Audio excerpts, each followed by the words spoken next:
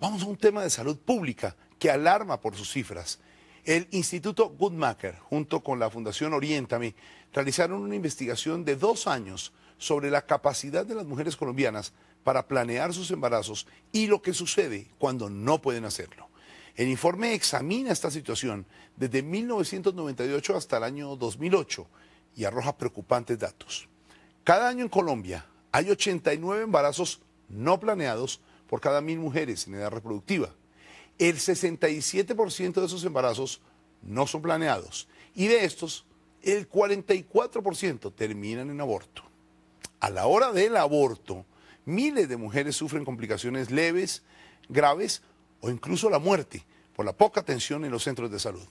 Ante semejante panorama muy preocupante, Margarita Rojas habló con Cristina Villarreal, directora de la Fundación Oriéntame y coautora de ese estudio sobre esta grave situación, para conocer de primera mano importantes recomendaciones con el fin de prevenir el aumento de estas cifras. Dice Cristina Villarreal que hay que fortalecer los servicios anticonceptivos, la educación sexual y reproductiva y mejorar la atención post-aborto. Margarita Rojas entra al radar. Cristina Villarreal, ¿somos un país que no planea a sus hijos? En gran medida, sí, desafortunadamente. Tenemos el estudio que acabamos de hacer y lanzar, nos dice que 7 de cada embarazos en el país no son planeados.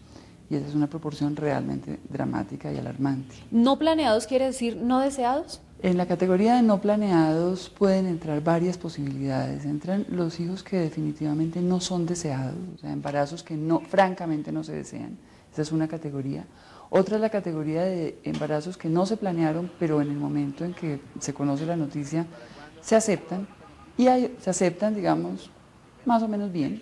Y hay otra categoría que son embarazos que, aunque no fueron planeados, en el momento de la noticia producen una gran felicidad para las mujeres.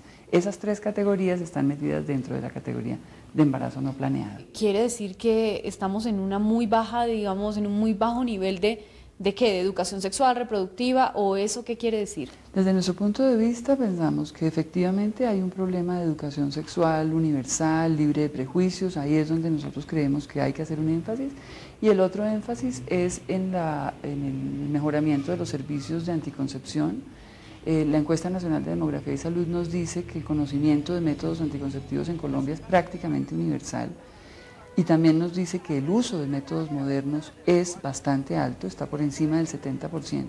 Sin embargo, lo que nosotros cuestionamos y quisiéramos que la política pública se enfocara ahí, es en revisar cómo se está dando ese uso de métodos anticonceptivos.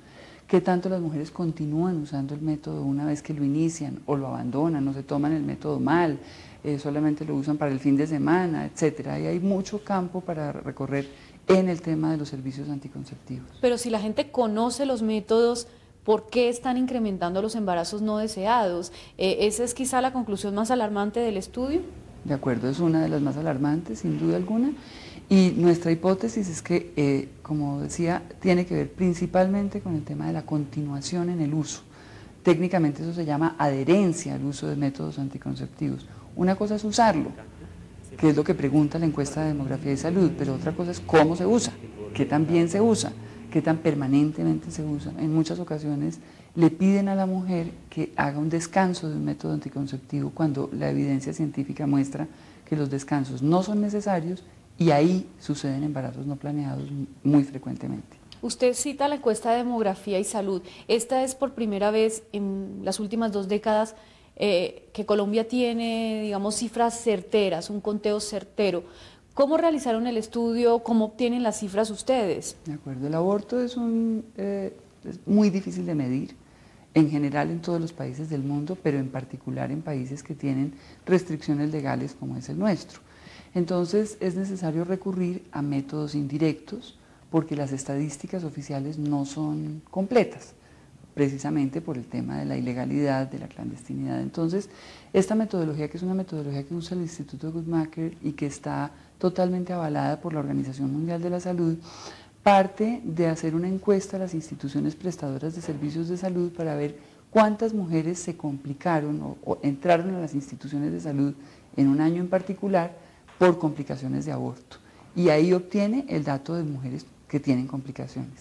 Para estimar a partir de ahí el número de mujeres que tienen abortos inducidos, aunque no hayan sido complicados, se recurre a una encuesta de expertos en todo el país sobre este tema, que permite calcular un factor de ajuste y encontrar que por cada mujer que tiene un aborto y sufre complicaciones, hay 4.29 mujeres que no tienen complicaciones y que también tuvieron un aborto. ¿Cómo están abortando las mujeres en Colombia? El estudio nos muestra que hay diferentes técnicas. La mitad de los abortos inducidos están sucediendo a través de medicamentos y la otra mitad a través de otras técnicas. ¿Y esos son medicamentos de venta libre en Colombia?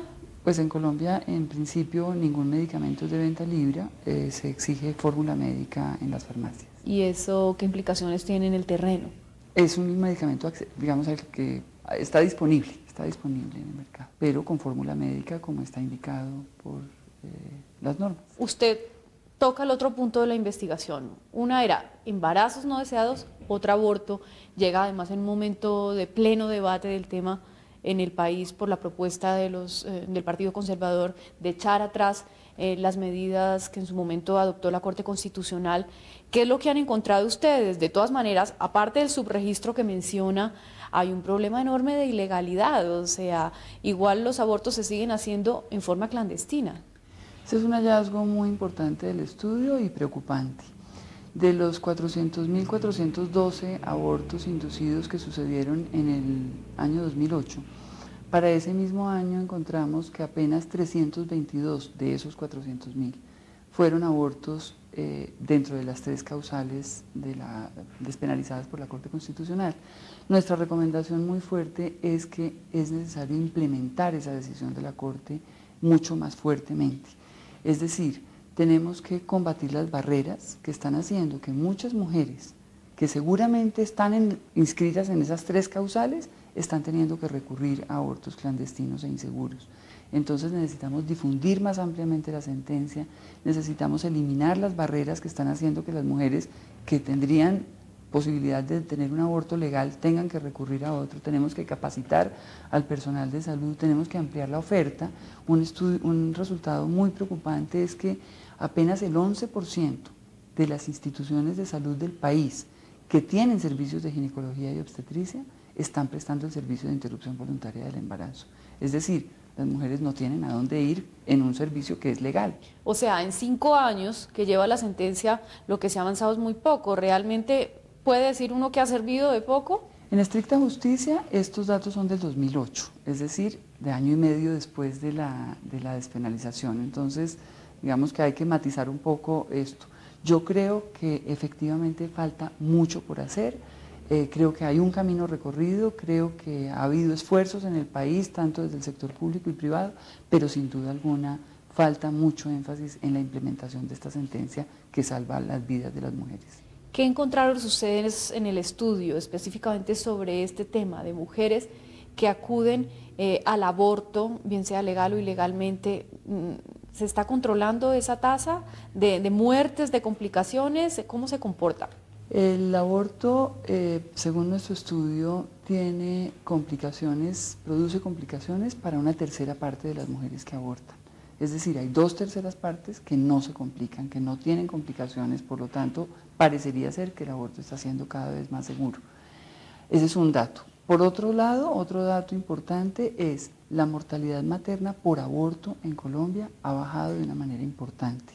En el año 94, el aborto era la segunda causa de mortalidad materna, en el año 2007 es la quinta causa de mortalidad materna, es decir, el aborto es más seguro.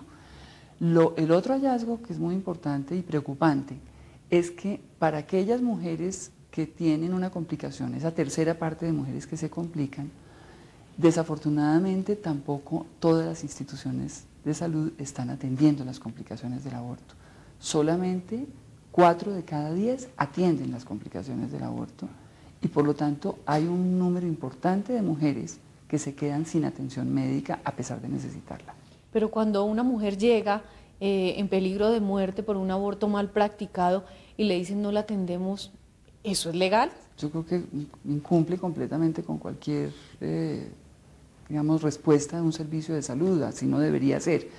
seguramente la refieren, no puedo decirlo porque el estudio no nos dice exactamente qué pasa con esa mujer. Lo que sabemos es que esas mujeres que se quedan sin atención probablemente recurren a médicos particulares para su atención, no a instituciones prestadoras de servicios.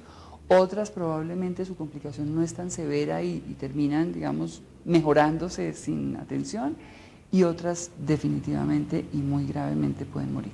¿Cuál es básicamente el llamado después de una medición que muestra un panorama preocupante por demás? ¿Cuál es el llamado a la sociedad, al gobierno y a la gente en general? Creo que hacemos 3 llamados. Uno es, nos tenemos que enfocar en combatir el embarazo no planeado. Tenemos que trabajar en los servicios anticonceptivos, en la educación sexual, ampliar el acceso de la anticoncepción de emergencia para toda mujer que tenga una relación sexual desprotegida, enfocarnos en las poblaciones más difíciles. El estudio nos muestra cómo las mujeres que menos tienen acceso a prevenir embarazos son las mujeres de sectores rurales, las mujeres pobres, las mujeres desplazadas y las mujeres que no tienen acceso a la escuela. Entonces, esa es una gran recomendación. Una segunda recomendación es tenemos que mejorar la atención posaborto. Una mujer que tiene una complicación por aborto tiene que ser atendida. Todas las instituciones de salud que atienden ginecología y obstetricia tendrían que estar atendiendo las complicaciones del aborto de una manera tranquila, confidencial, sin castigar a las mujeres, y se deberían usar técnicas modernas, que ese es otro hallazgo del estudio. Encontramos que para la atención del posaborto se están usando técnicas que ya la Organización Mundial de la Salud considera como de segunda categoría, digamos. Hay técnicas mucho más modernas, menos invasivas, más seguras para las mujeres. Y en tercer lugar, la tercera y gran recomendación es tenemos que trabajar en la implementación de la sentencia C-355 para que sea una realidad para las mujeres y para que no llevemos a las mujeres que están inscritas en condiciones legales a que tengan que recurrir a abortos clandestinos e ilegales. ¿Podría eventualmente ese proyecto que se ha radicado con el propósito de volver a penalizar el aborto en general ser una oportunidad para más bien reglamentar este tipo de cosas, para más bien proponer medidas en ese sentido? ¿Usted lo ve factible? Nuestra intención con este estudio es entregar cifras. Un país no puede tomar decisiones sin tener información.